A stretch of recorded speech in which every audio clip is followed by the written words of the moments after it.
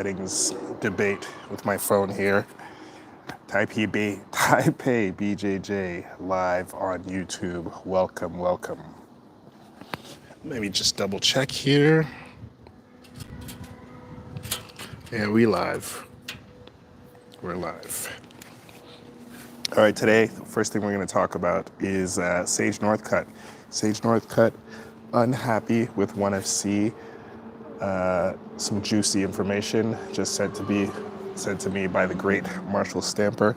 Just in case you're wondering, I am out of town. I'm in the south of Taiwan, in Kending, which is the sunny spot in Taiwan, although today not so sunny, not so warm. Oh well, poor me. Marshall is out of town. Marshall is back in California, training at his 10th Planet headquarters in Southern California. The name is slipping me right now. What is it? Orange something? No, it's not orange something. Hold on, let me move this. Sorry. It's a little bit. I'm here by myself, so usually I would be the guy setting things up while Marshall kind of stalls. Today it's just me, so I got to do all the stalling by myself. But anyways, back to this Sage Northcutt story. Last week we talked about a little bit about the last ONE FC event. You had a win by Gary Tonin, rear naked choke. You had Cade Ruotolo winning by decision, retaining his belt. And we also had a big happening where Sage Northcutt did not actually compete. He was on the card to compete. There was some chaos behind the whole event. We did not get to talk about this last week. We went a little bit long. We never got to this. But Chatri Singh, the head of ONE FC, he released, he didn't release, he was at a press conference talking about Sage Northcutt not being able to make the fight or not willing to fight because his coach didn't show up or his coach couldn't get a visa. And it sounded like a lot of chaos backstage. You know, you had Cade Ruotolo saying that he was going to step in, which sounds a bit chaotic. I'm going to play a little bit of the audio of that just because it will do a better job of explaining the situation than I would. Hold on, let me see if I can get this to the beginning. Hold on, let's see if I can get this up to the beginning. Hold on, let's see if I can get this up. Beginning. 1 second. Actually, on a plane. Uriah Faber actually had the visa. He could have. Let me start this over again. This is Chatri Singh explaining. During the prelims fights, his cornermen were actually on a plane. Uriah Faber actually had the visa. He could have cornered if he wanted to, but the other cornerman couldn't, and so it just kind of went down here from there. And Sage decided to withdraw because he wouldn't have his cornerman. We actually asked Tai Ruotolo to step in as his cornerman. Tai accepted, but as it turns out, Sage wanted to have his corner, and it's understandable. I scrambled, and I remember we have a backup fighter in John Lineker. It's crazy because John was sitting in the stands, and no one could find him. We didn't know where he was in the stadium. You know, there's 10,000 people, so we had staff running around, and then we pulled Shinya in and made that fight, I think, around the opening ceremony. And another crazy side story is Cade Ruotolo comes walking up to me in the hallway. He said, Chatri, I will fight Shinya. I said, MMA? Yeah, I will. And then I said, what about your title defense? I'll do that too. And he was dead serious. And I looked him in the eye, and for a split second, I was like, I was going to do it. But then I thought, what if he gets cut up, then he won't be able to defend his submission grappling title. So I was like, Cade, no. He texted me 3 times after that, Chatri, I want it. Let me fight Shinya, my MMA debut now. In my 12 years, hundreds of events, I've never seen this. But again, at ONE Champion, this is what we do. The very best of the best on the planet. Fight anyone, anywhere, anytime. Some organizations, they tweet about it. Our boys and girls, they do it. I got a call. Yeah, it sounds like some chaos going on that's kind of chaotic. But Sage actually talks about this situation in a recent post on Instagram. Let me find that, which kind of paints ONE FC not in the greatest light. From the sounds of it, ONE FC seems like they may not have had their stuff together. Excuse the noise if you hear it. I'm outside by a pool.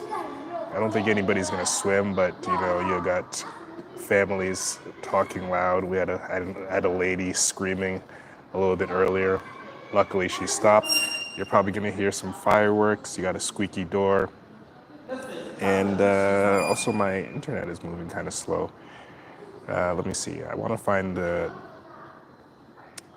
Sage Northcutt's comments, but my but my internet is moving slow. What it came down to was Sage was saying that it was kind of ONE FC's fault in that he had. So the event was in Japan. Generally speak, I think from the names of the coaches, they may have been Brazilian or South American, kind of a Latin sounding name. So perhaps they needed some visas to go to Japan. One had said that their visas were already lined up, which may not have really been the case. And so he just wanted to clear that out to say that, hey, it was not me that pulled out.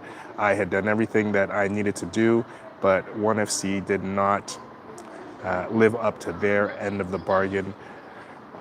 Sage is one of the fighters that he did have a start in the UFC, but he went on to move on to ONE FC.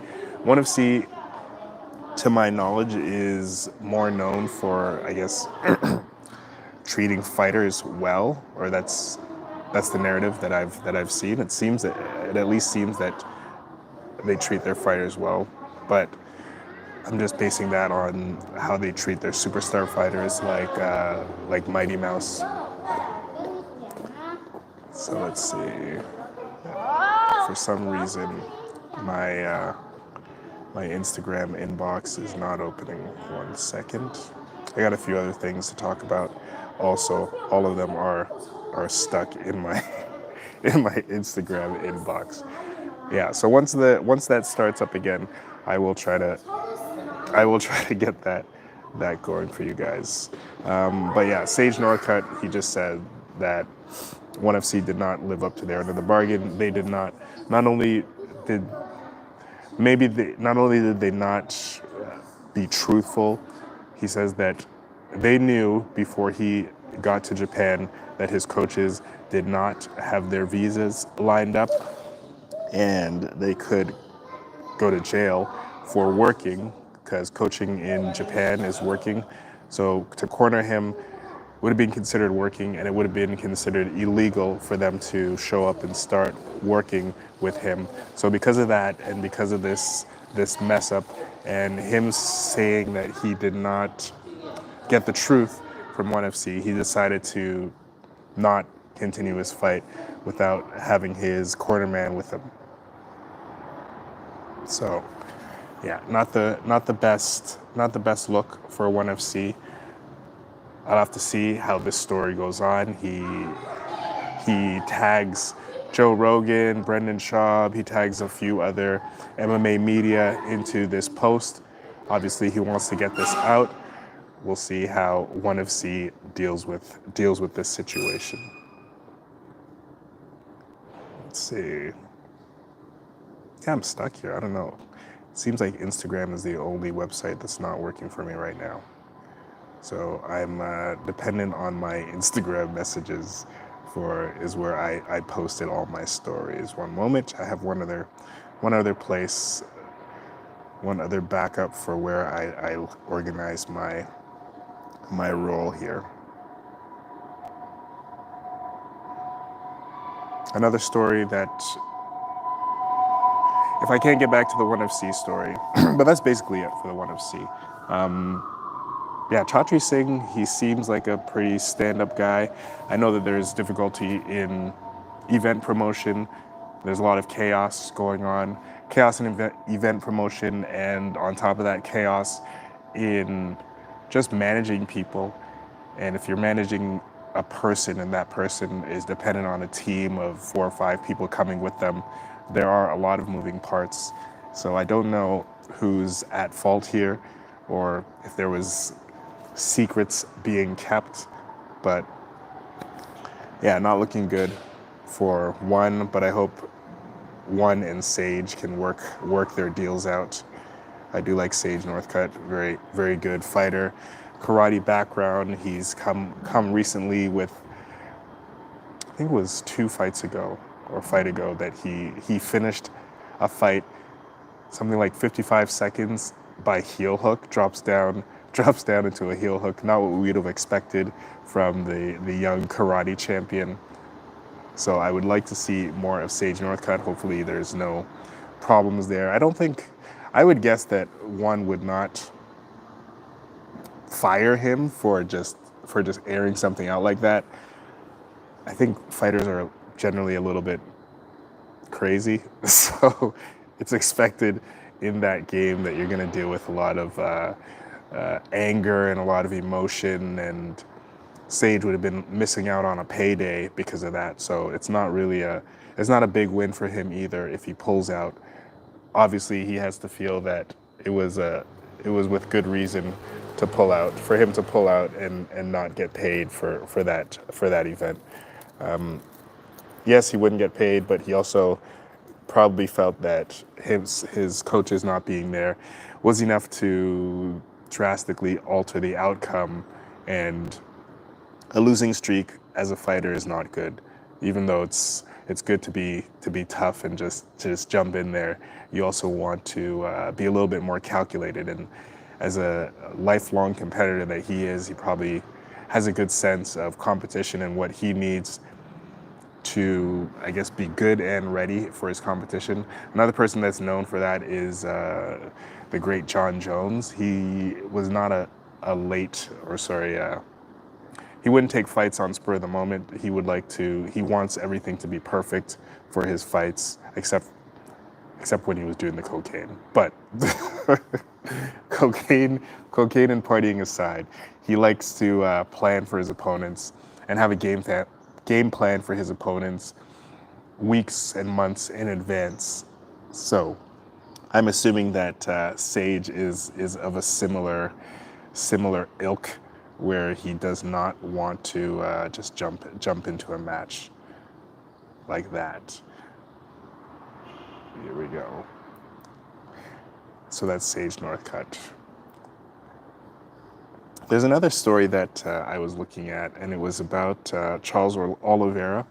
This is kind of an older story. This is from last year, and it kind of speaks to my past. Charles Oliveira, he's a guy that's grew up poor, made some money from fighting. He's always really been into horses, standardbred horses. So standardbred horses are the horses that pull the little carts behind them.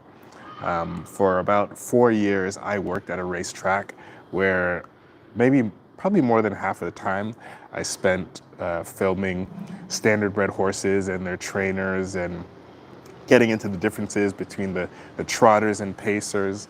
It doesn't say whether Oliveira, he was racing trotters or pacers, but he owns a few horses. Since he got money from fighting, he was able to buy some better horses. I think he's spending something like $50,000 on each of these horses. He also has a few other horses that he himself races sometimes, which is crazy to me that he would be racing horses while he is just on the brink of possibly becoming champion again. Horse racing it's a pretty dangerous sport. Not as standardbred racing is not as dangerous as thoroughbred racing, where you're actually on the horse's back. But I have watched some pretty bad standardbred accidents. There was a race that I was filming. I was in the stands and filming. It was a race where just horses kind of went in front of each other and caused some of the riders to get unseated from their carts. One of them, he suffered partial amnesia. Pat Hudon, I remember very, very distinctly, because it was him and his brother. They were like a racing team. Pat was a very friendly guy, always very friendly to me, and kind of didn't remember me after the accident. So yeah, horse racing is pretty dangerous.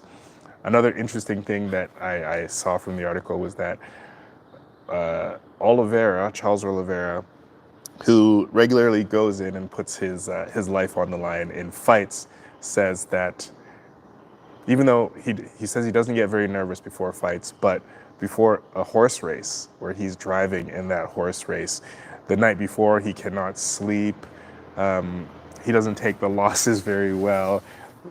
He's very into. You can tell his heart is very much into racing, it's a very passion-driven sport for a lot of the guys that are in horse racing. There's not a lot of money in it, and so Charles has that racing passion that I've seen quite a bit from working at the racetrack. Like I said, I worked at a racetrack.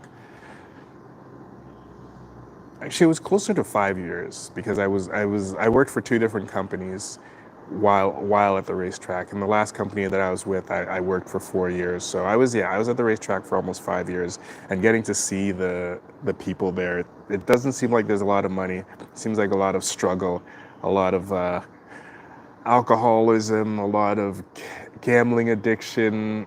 But people are just there because they really love the horses. So just as an aside, that one of the great UFC champions, and possibly on the brink of becoming champion again, has this interesting wild passion for horses, which is, what else can I say? I said interesting enough already. Let's see here. Those are some of the bigger stories. I actually do have a few more other big stories today. 2023, we also announced at the end of the year that there are quite a few fighters that had retired. Kevin Lee was one of them. But while we were reading this list of fighters that were retiring, both Marshall and I had doubts about whether Kevin Lee would really be retiring. And now he's saying that he does not think he's going to or should retire.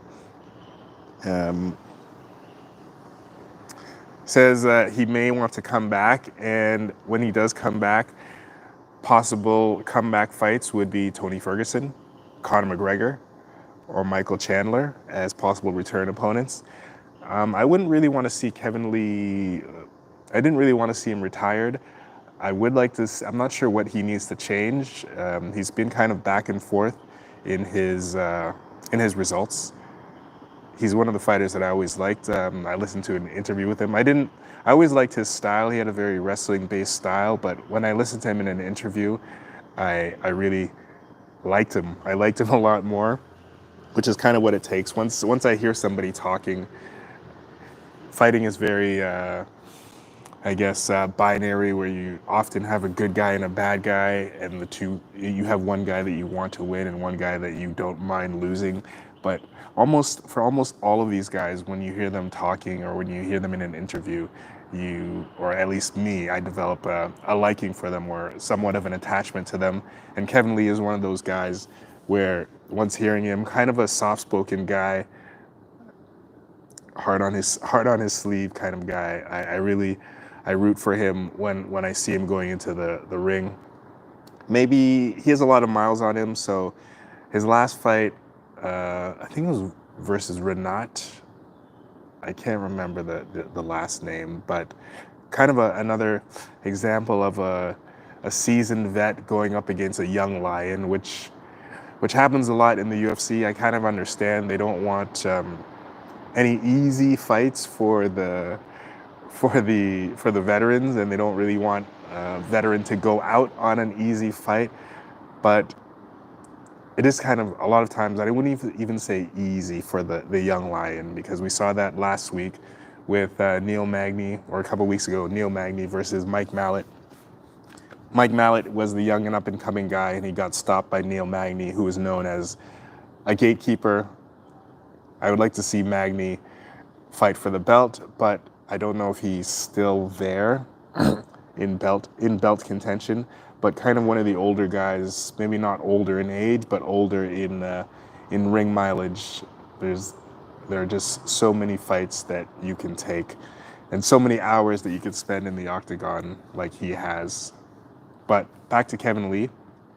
1 year, less than a year after his last fight, which is strange. I find that fighters and musicians, when they announce their retirement, I rarely take it seriously, especially musicians, because there's no physical requirement for it. I mean, there is physical requirement, but it's not as high as, say, for fighting. But I think the glory of winning, and the fact that these guys, they dedicate their whole lives to this, and that's all they do. Like they eat, sleep, poop, fighting. Their days revolve around their workouts, their sleep routine, their eating. When they get off of their routine, or they don't have a fight for a long time, maybe they eat too much, or they don't have the right sleep, or they don't drink, and the fighting actually kind of orders their lives, kind of like how religion does for a lot of people. So without this religion or this routine of fighting, some guys fall apart and they need to come back to it.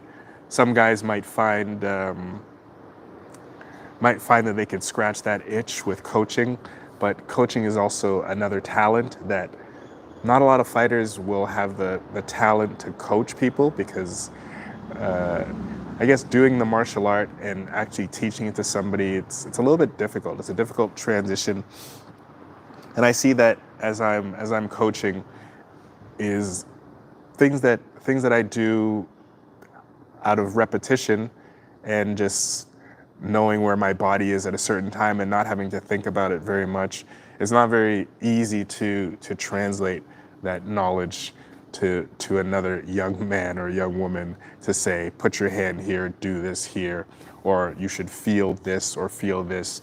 It requires me to also slow down and go through the move and see where my body is and where do I feel pressure. And yeah, so coaching is, I think it's one of the better ways, or one of the better things that you could do after fighting, but it's not for everybody, and it's not as simple as one might think. So let's see. Less than 1 year into his life post-combat, the Motown phenom got the itch to return to active competition.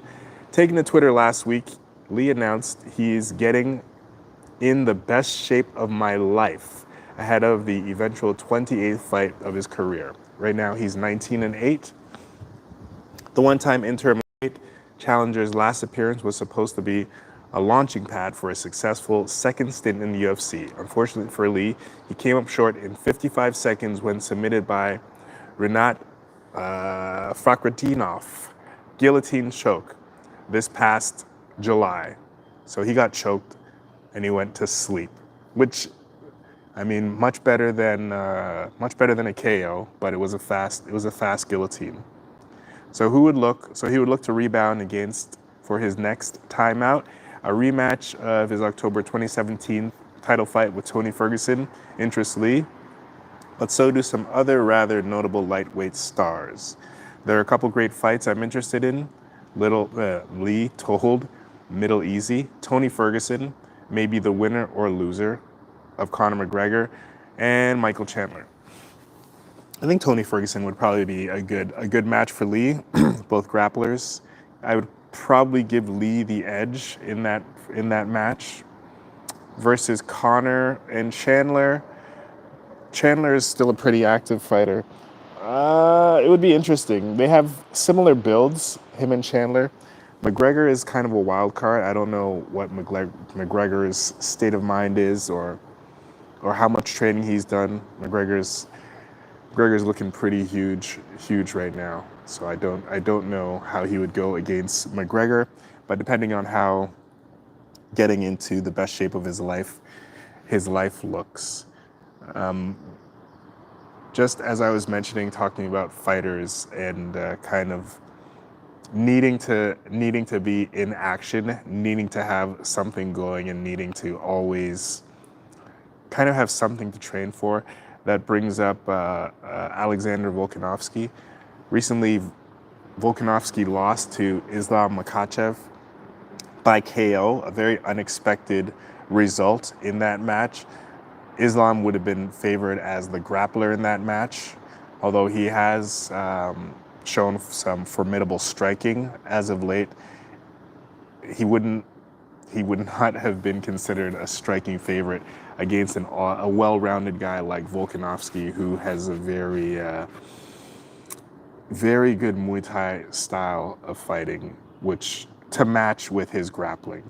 So possibly Mackachev found that he found some stalemates in the first match with Volkanovski.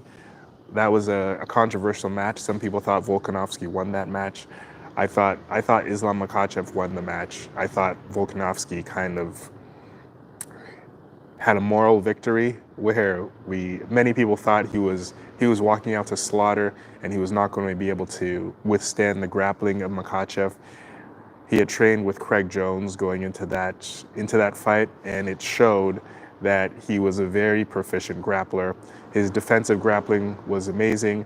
Islam was able to take his back, and Volkanovski didn't seem threatened at all. He was able to escape many bad positions, and he never really seemed worried or seemed to be in danger of getting choked out or anything. So possibly Islam changed his strategy for the next match and decided, I'm going to try and knock this guy out. I don't think anybody, including Islam, would have expected it to happen as fast as it did. It was quite a surprise, quite a match. But Volkanovski said that, and he said this before, that without constant matches or without a constant reason to train, he says it does his head in. So he needs something to do. Otherwise, he might be one of those people that can be their own destruction. It said that, so he says that for the last fight, let me see here, because he mentions drinking every day. Let's see. So, so the last fight, back to the Charles Oliveira thing. The horse race that Oliveira was doing was shortly before he was supposed to have a rematch with Islam Makhachev, but not in the horse race. Oliveira later suffered a foot injury in training where he could not fight. Was it the first, or was that when he got cut? Let me see. I think he got cut. I remember he got cut, and I think he got stitches. He got cut and he got stitches, and the cut was big enough that he was not going to be able to fight with that cut. So Volkanovski went on to lose. Where is this?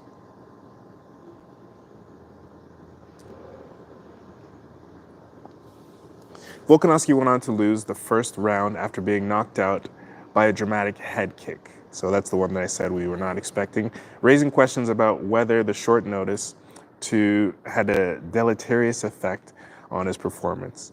During an appearance on Israel Adesana's YouTube channel, Volkanovski admitted that before, let me move this, it's going to be loud.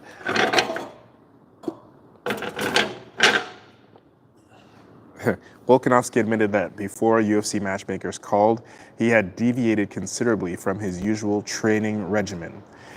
It was like a little kick up the ass for me, Volkanovski said of the loss. I wasn't disciplined. I'm known for being disciplined, professional all year round, 24/7, and I just wasn't this time. So I was really disappointed.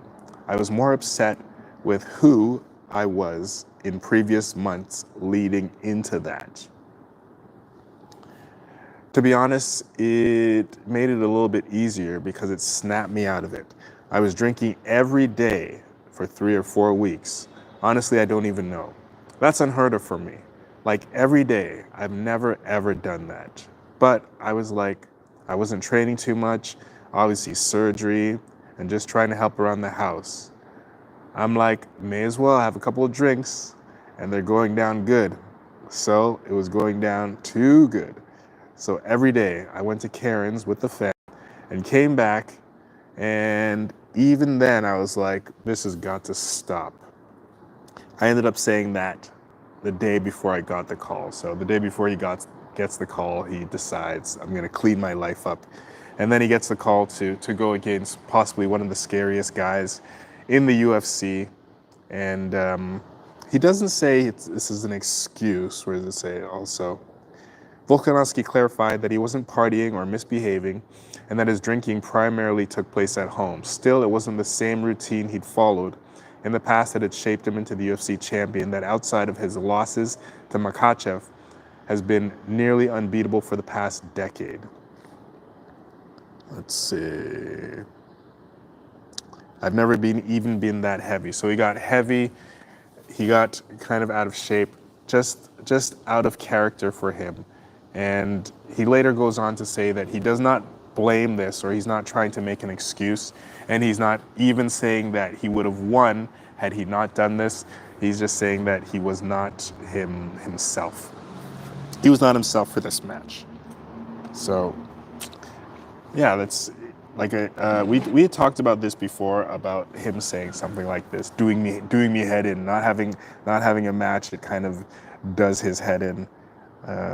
Yeah, which is crazy that a guy that is so known for their discipline can slip into something like that, which we've got something to be careful of, and something to, I guess, really take note of, that even though if you yourself are a person that is a disciplined person, or you look at people who do develop addictions as weak, I mean, obviously you could objectively call it some kind of weakness, but even some of the strongest people like Volkanovski, I don't think anybody in the world would call him an undisciplined person. But people like that can slip into this.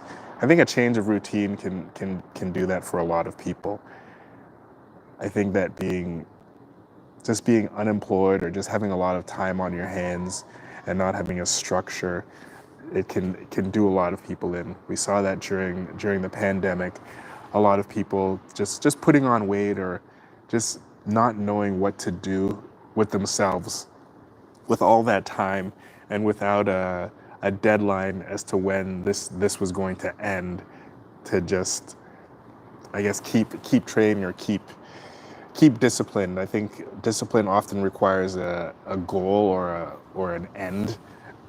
Like for many people, it requires an end, and if you don't have that, it's not going to be easy for a lot of people to maintain discipline without something that is going to, I guess, a biscuit at the end of the road.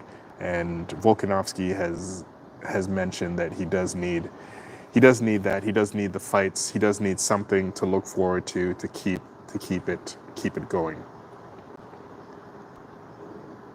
Recently, well, not so recently, one of the greats in all of grappling, Marcelo Garcia, he had a bout with cancer, and he's recently, I guess, gotten over cancer. Is that something I could say? And he is looking to get onto the mats again for competition. He's been looking at a super fight. He's 41 years old now, and coming out of cancer, willing to come back. He also has a few nice things to say about Gordon Ryan. Gordon Ryan is a very divisive figure. Some people don't like people that are showboaty or trash talk a lot. And Marcelo Garcia was one of those people. He always thought that a person in the martial arts should be this true kind of humble martial artist, somebody who can be a role model to the children.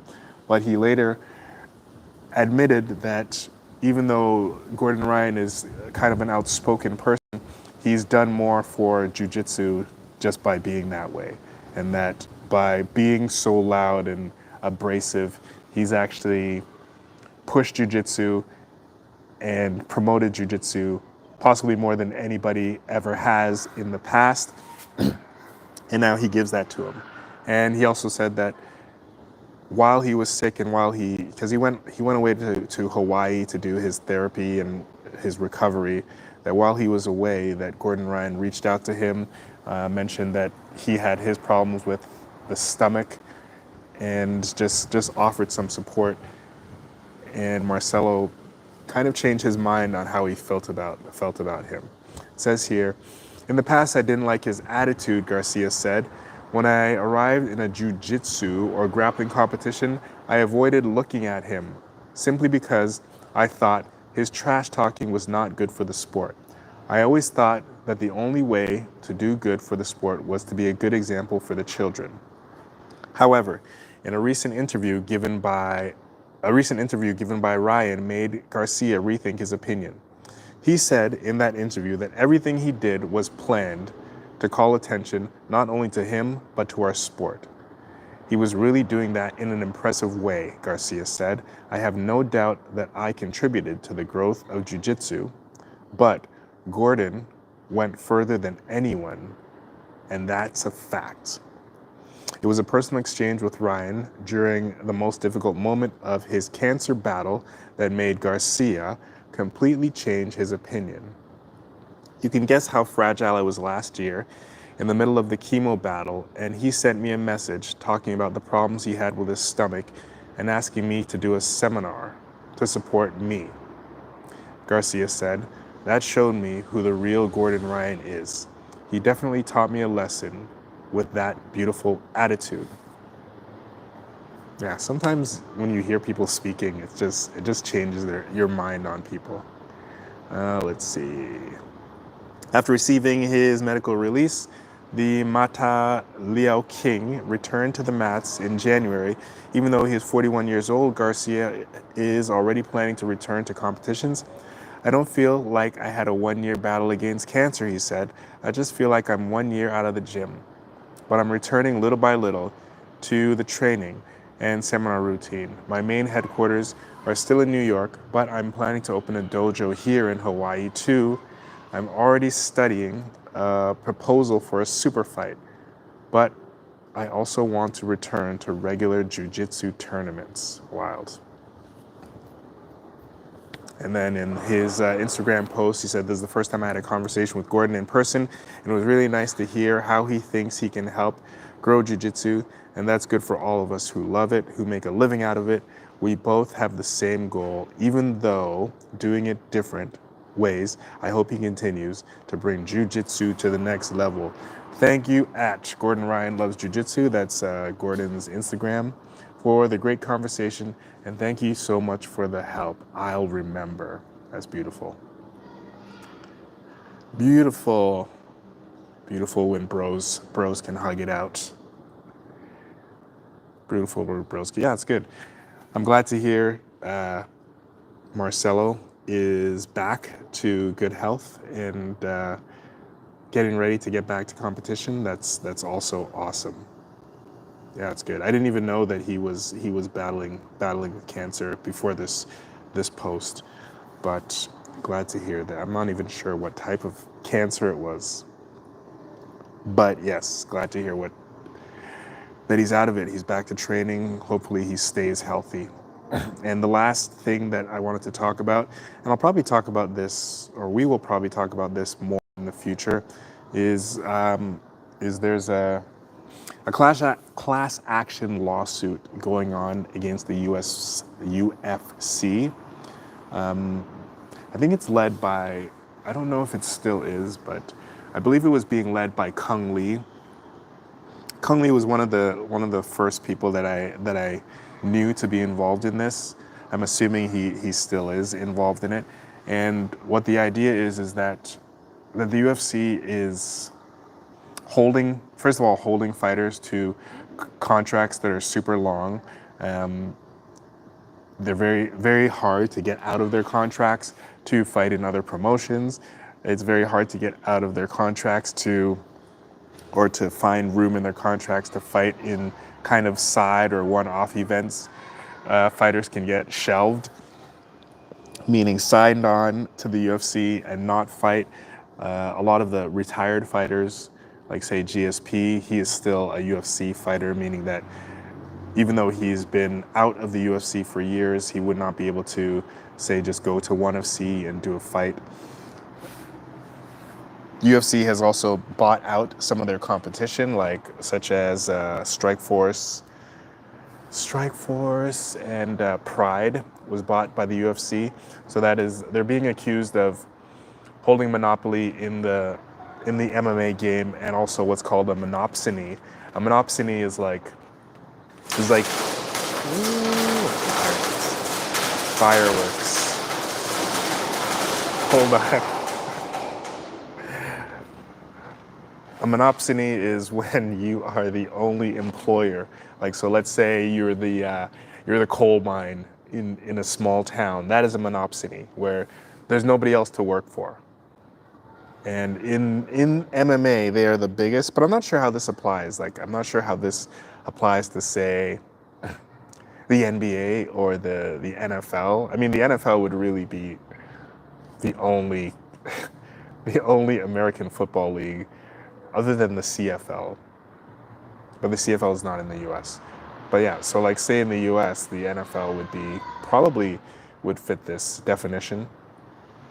Let's see, class action from 1,214 fighters argued that the UFC violates antitrust, allowing it to underpay fighters. A 4-week trial is expected to start in April, with damages pegged at roughly $1.6 billion. So there's a lot of fighters. Originally, the UFC was trying to get this case thrown out.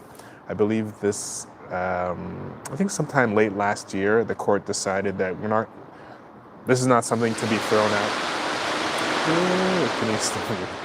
This is not something to be thrown out. This needs to go to trial because there's an obvious power that the UFC has in the industry. So judges have decided that they're not going to throw it out. We want to hear this out.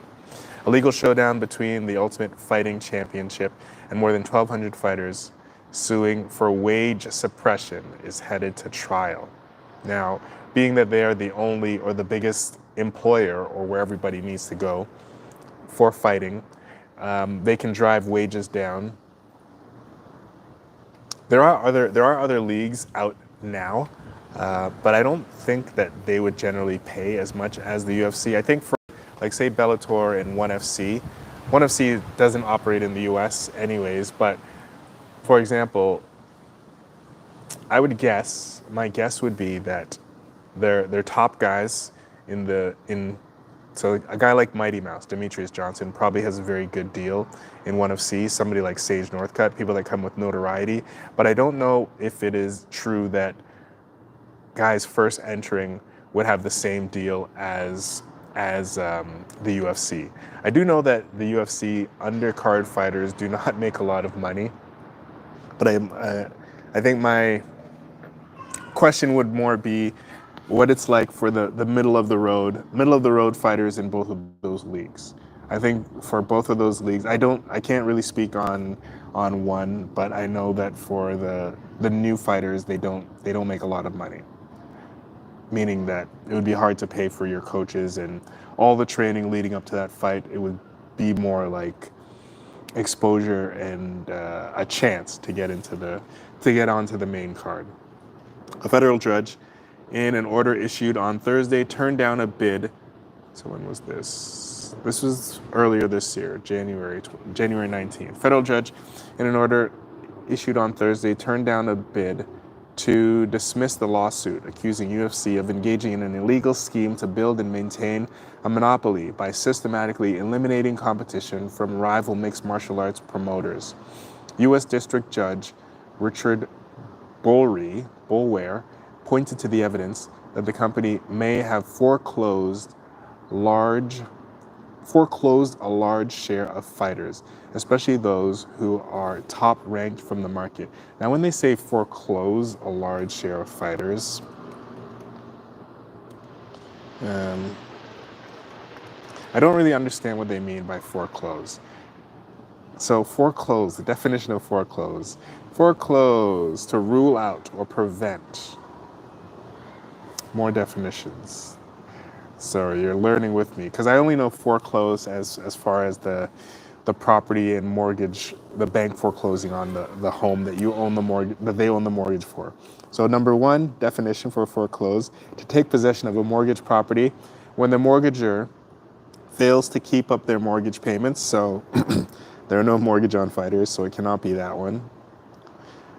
Rule out or prevent the decision effective, foreclose any possibility of his early rehabilitation. So foreclose is just to rule out. Still doesn't make sense. Foreclose a large share of fighters. I don't really understand that. Maybe somebody could explain that to me. Especially those who are top ranked from the market. Oh, so it prevented a lot of, okay, I see. So it's preventing a lot of top ranked fighters from being able to go out into the market to, I guess, to get their just desserts. Francis Ngannou had talked about this a bit, about he had wanted to box while he was under the UFC. He's finally able to get this opportunity to box while he's signed to PFL. He had also mentioned that he didn't like the length of the UFC contracts, and how even though the UFC contracts go by, some of them go by fights and by time, that the time was always reset every time you took a break. He said that there are a lot of loopholes that kind of kept the contract going and kept the fighters under contract. Francis Ngannou is the special case. He fought out, or he ran out of his contract while he was champion, which gave him quite a bit of leverage, especially to go out into the market. Francis would be a good example of a fighter not being foreclosed from the market. So he ends his contract. He's a champion. He could go out onto the market. He had Bellator, he had ONE FC, and finally PFL, all trying to sign him to their league, and he was able to get a good deal. From what he says, he was able to get a good deal with the PFL. So I guess that's kind of what they're talking about. The UFC has a league way of doing things, where they kind of keep fighters signed on. Fighters are not really allowed to go off, like boxing. Boxing is kind of one and one and one, but you don't have a boxing league like the UFC. One of the UFC's counter arguments is that by having this type of contract, they can guarantee better matches. So let's say we're asking the number one guy and the number two guy to fight.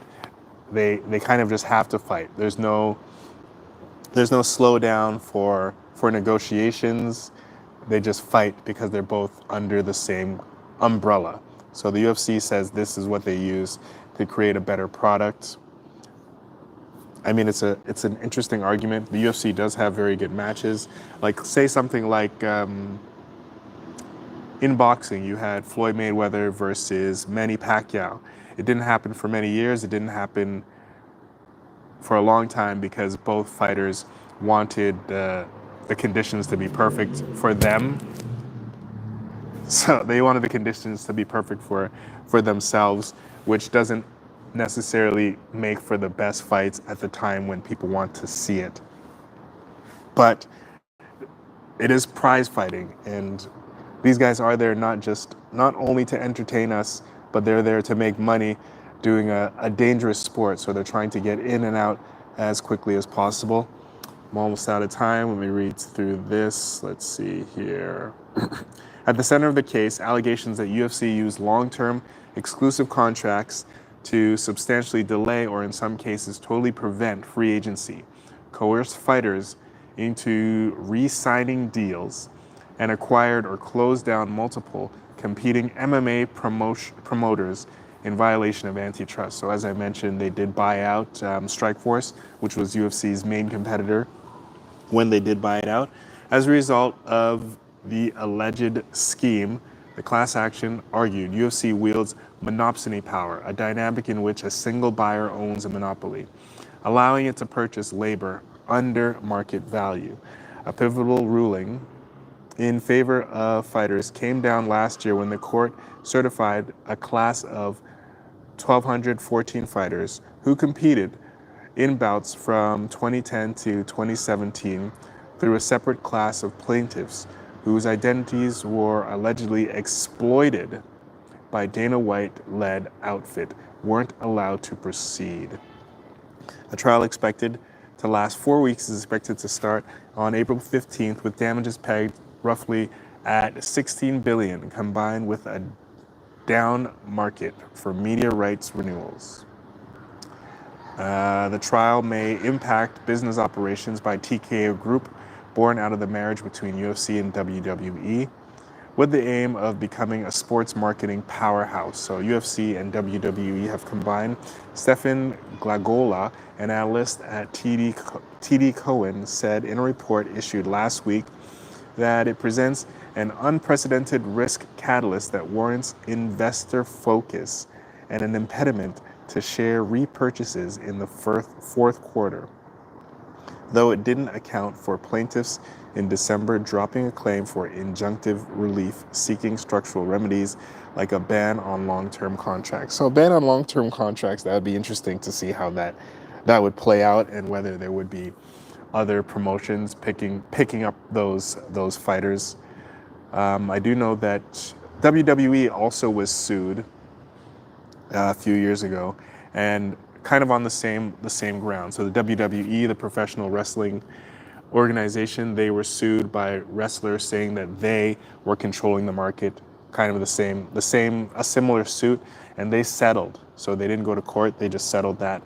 It's obviously the UFC, maybe they've missed their chance to settle. They're going to be going to court in April, so it's going to be interesting to see how that goes. I don't know. I love what the UFC has done. The UFC has really promoted mixed martial arts very well. Their promotion and production is like none other. But I do also know that they, from what I've read before, they don't necessarily share as much of the profit as, say, the NFL. I think some of the other sports leagues, the athletes are receiving up to 40%, upwards of 40% of the profits. I think the UFC is somewhere in the ballpark of 18%.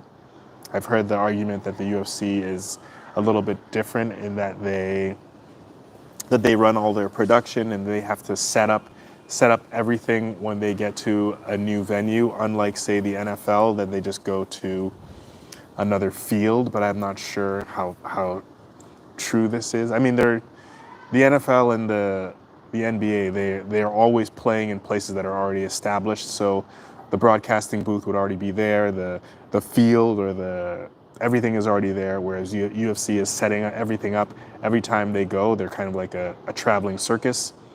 So I don't know who is in the right. I do think, though, I am kind of on the side that I do want to see the fighters get as much as they possibly can. Dana White has said in the past that fighters always want more money, and he believes that they are getting enough money. It is arguable. This is probably the best that anybody's going to be paid for doing mixed martial arts, which is still a new sport. The purses or the money that they're receiving has been going up, but I do want to see the fighters get what should be coming to them. I think they're the producers. They're the producers of the content. They're the ones that are putting the most on the line, and I want to see them get paid for it. So, yeah, I'm on Team Fighter for this. Like I said, I do love what the UFC has done. It is a great promoter and a great entertainment organization. The fact that they've been able to buy out so many of their competitors, and now they've merged with the WWE. I don't know who bought who. A merger is usually somebody's buying somebody, but they've done pretty well. They've had a very fast rise, and I would like to see the fighters get as much as they can for that. A few years back, there was a controversy because fighters used to be able to go out and promote. Fighters used to be able to go out and promote their own, just to promote themselves, like Skill Saw or Something Fasteners or whatever clothing or whatever they wanted, they would be able to promote it and wear it on their shorts. And I don't know if you remember some of the old fights where the guys would have just these very colorful shorts looking like NASCARs. I preferred that look to the Reebok or Venom look that they have right now. Right now they have uniforms, and I guess the promotion or the advertising is now on the mat in the ring. There were some fighters that were able to make quite a bit of money, more money from promotions than they were from the actual fight purse. I don't think this would not have been across the board, but I did like the chance or the opportunity that fighters would have, that I could go out and promote myself as much as possible. That kind of rubbed me the wrong way, and I don't know the whole story about that, but I didn't like that. I didn't like when they took that kind of that self-promotion ability away from the fighters, because, as I said, it's prize fighting. You're in here for a short time. Fighters generally don't last that long. I mean, some of our favorite fighters have been in there for a long time, but our favorite fighters don't represent most fighters. Most fighters, they come in, they might get onto the prelim card, and they never make it to the main card. So maybe they have 1 or 2 fights on the prelims and never make it to the main card, and that's probably the majority of the fighters that come into the UFC. They don't become posters, and they don't become anybody's favorite fighter. And if we want to keep bringing in guys and bringing in the most talent, there has to be a good structure or a good incentive to bring in great talent. And the ugly truth about fighting is that a lot of these guys are going to exit damaged. They're gonna leave with bad knees, bad hips, some of them with brain damage, and they're going to need as much money as possible to make it through retirement, especially if they're hurt in a way that prevents them from doing any other kind of work. Obviously, if you're able to do other kinds of jobs, like, okay, later on I can become a police officer or something like that, maybe that's not as bad. But for those that have the brain damage or the limb damage, if you have a bad knee, you're not going to be a cop, and you're not going to be able to do a lot of things as easily. So yeah, I would like to see them paid as much as possible for the short time that most of them are in there. Anyways, Marshall Stamper not here today, enjoying California, enjoying training at 10th Planet. I'm Tarek Finn. This is Taipei BJJ. Thank you for watching. Later.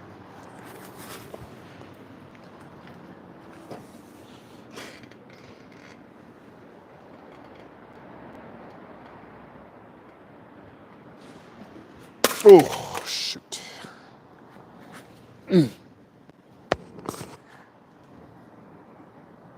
I'm still live.